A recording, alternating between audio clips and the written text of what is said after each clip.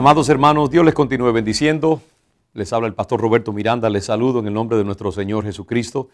Continuamos con nuestro estudio de Romanos capítulo 12, pero como ustedes pueden ver, los que han estado siguiendo esta serie de estudios, estamos saltando a diferentes pasajes que se complementan unos a otros y nos permiten aclarar mejor el sentido del apóstol Pablo, pero también de entender con mayor exactitud este llamado tan sublime a la santidad y a la vida que agrada a Dios. Y hemos visto que usando el pasaje de Romanos 12 como punto de partida, el apóstol Pablo nos llama a presentar nuestros cuerpos en sacrificio vivo. Y vimos cómo en la misma carta a los Romanos, en el capítulo 6, el apóstol Pablo toma también esta idea de presentar nuestros cuerpos no como miembros de injusticia, sino de santidad, y esta idea de nuevo de traer nuestras vidas delante del Señor para que Él las santifique, las purifique. Y ahora continuamos con esta idea. El apóstol Pablo dice que presentemos nuestros cuerpos. La palabra cuerpo, de nuevo, es una palabra interesante también, porque es la palabra griega somata, el plural de la palabra cuerpo, somata, y se refiere no solamente al aspecto biológico, no solamente a lo que diríamos muchas veces la carne, sino que se refiere, esa palabra cuerpo es mucho más amplia y se refiere a todo lo que tiene que ver con la biología humana, todo lo que se refiere a nuestra naturaleza humana. Puede referirse a la mente que no ha sido tratada por Dios. Puede referirse también al cuerpo, a los órganos sexuales o a las manos o los ojos o los oídos.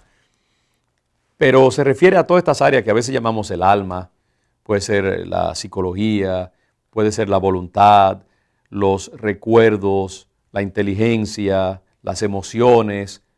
Todo este aspecto que tiene que ver con lo que obedece a la materia. La parte material de nuestra vida, lo que interactúa con el mundo. Eso es lo que la Biblia llama el cuerpo.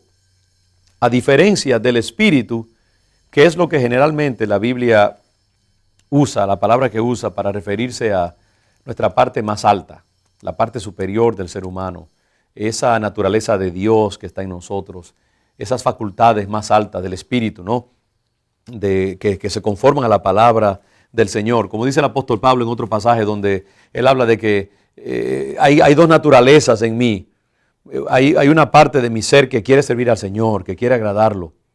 Pero hay otra parte que siempre está batallando y que quiere obedecer a las cosas impuras y que está como en contacto directo con Satanás y con sus reclamos. Y Pablo está dividido entre esas dos cosas, ¿no?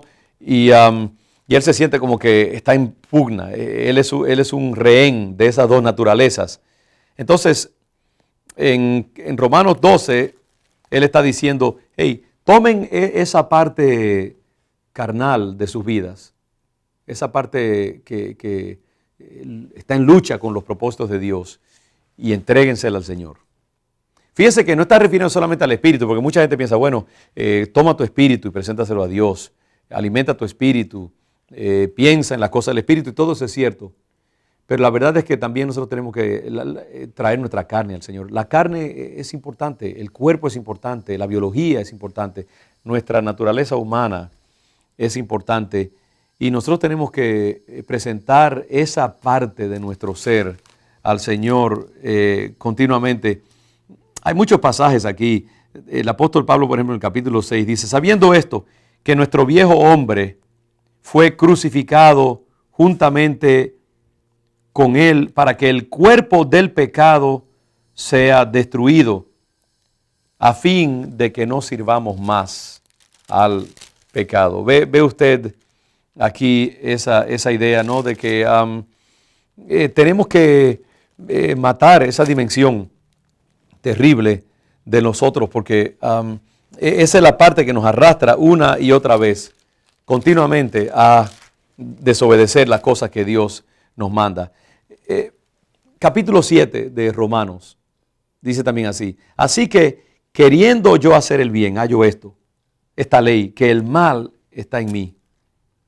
Porque según el hombre interior, es decir, según mi espíritu, me deleito en la ley de Dios, pero veo otra ley en mis miembros. En otras palabras, ¿se acuerda que él dice que no presentemos nuestros miembros como sujetos al pecado?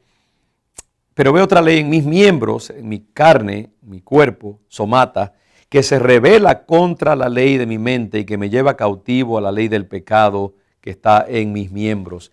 Es como que ante el entendimiento del apóstol Pablo, ¿dónde reside el mal? ¿Dónde residen las tendencias pecaminosas? Es en la carne, en el cuerpo, en la parte biológica, sea la mente irredenta, no tratada por Dios, sea las emociones, sea la voluntad, todos estos aspectos de nuestra psicología y de nuestra biología.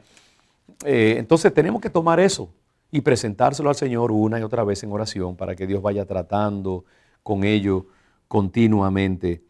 Por eso también Pablo dice, de manera que ya no soy yo quien hace aquello, sino el pecado que mora en mí. Y yo sé que en mí, esto es en mi carne no mora el bien. Porque el querer el bien está en mí, pero no el hacerlo. ¿Ve usted entonces por qué Pablo dice aquí en Romanos 12, presenten sus cuerpos? Porque ahí es donde está el problema.